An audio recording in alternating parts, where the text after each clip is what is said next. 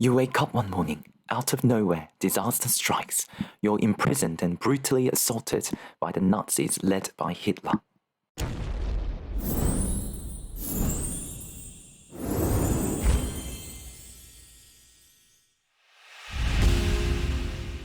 Our lives are not necessarily that easy. We work so hard, and it wouldn't be all that wrong to say we work most of our lives, yet we seem to have so little to show for it.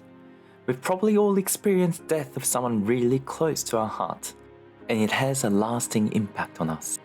I can still picture and feel very vividly the cold, dead body of my stepmother from 5 years ago. I'm sure you have experienced the heartache of having someone really close to you leave you. It's not easy, I know. You know. Life isn't all that easy.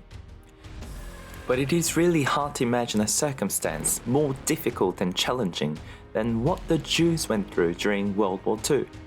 During the days when Adolf Hitler systematically murdered some 6 million Jews. That is almost the current population of Los Angeles and Chicago combined. How did the Jews under such adversity cope? This is a truly inspiring story from a book called The Power of Your Attitude by Stan Toller.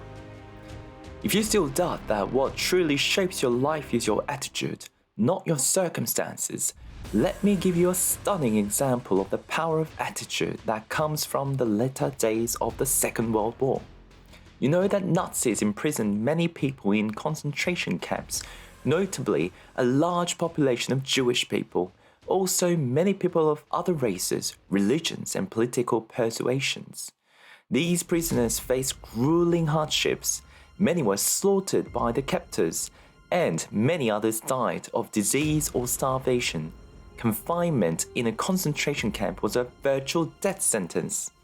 During the war, a young Jewish psychiatrist from Vienna, Austria, was deported to the Theresienstadt concentration camp in what's now the Czech Republic, along with his entire family.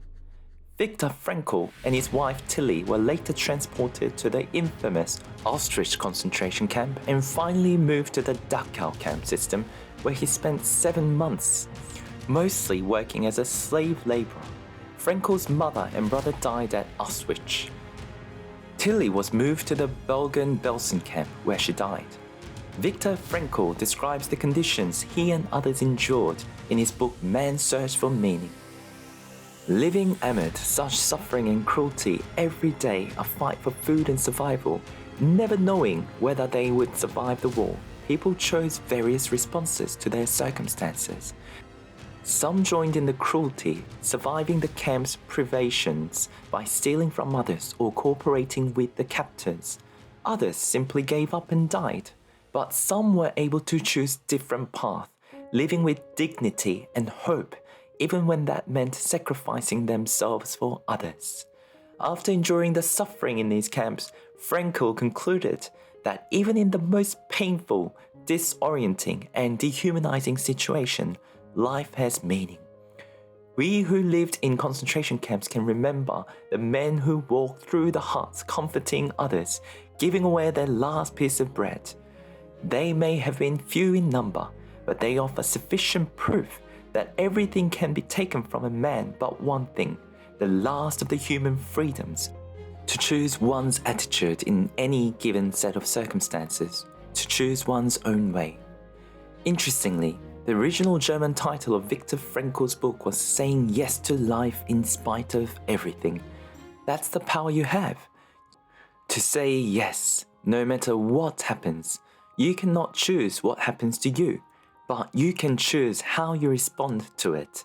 You have the power to adopt a positive outlook, and that power can change virtually everything about your life. What an amazing story. I should be feeling embarrassed. We should be feeling embarrassed. As I was on some bad days complaining about the fact that I had too much work and too many projects to manage, and as I was frustrated by poor internet connection from time to time, there was someone imprisoned in Hitler's concentration camp who was filled with selflessness, generosity, compassion, kindness, empathy, and love. So much so that he was willing to give his last piece of bread away.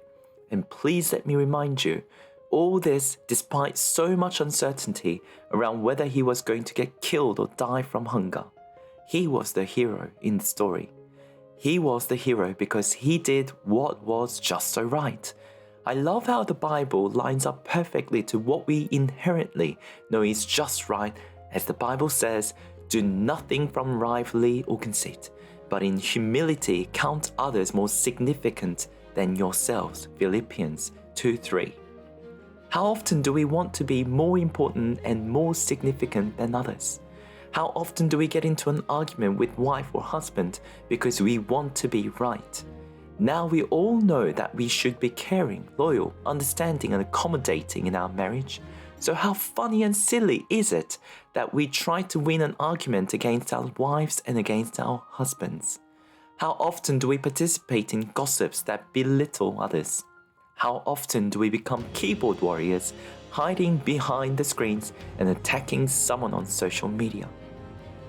Do you want to be like the hero in the story? Or would you be happy to be sitting somewhere in the middle, somewhere between the hero and Hitler? I know I want to be like the hero in the story, compassionate, kind, and loving, regardless of the circumstance. And I know you want to be righteous hero too. And I know you can be with Jesus' help. Can you imagine what this world would be like if everyone was compassionate, kind, and loving? What an incredible world it would be. Now, we all know how Hitler's story ended. The once one of the most powerful and influential men committed suicide at a young age of 56. His wife, Eva Braun, also committed suicide at an even younger age of 33. I hope this story has been thought-provoking for you. If it has been, and if you would like to change, please let me know how you might like to change in the comments below. I would love to hear from you. If you'd like to know how you can decide to be positive, click on this video. If you enjoyed this video, please hit the like button and subscribe. Thank you so much for giving up your precious time. God bless.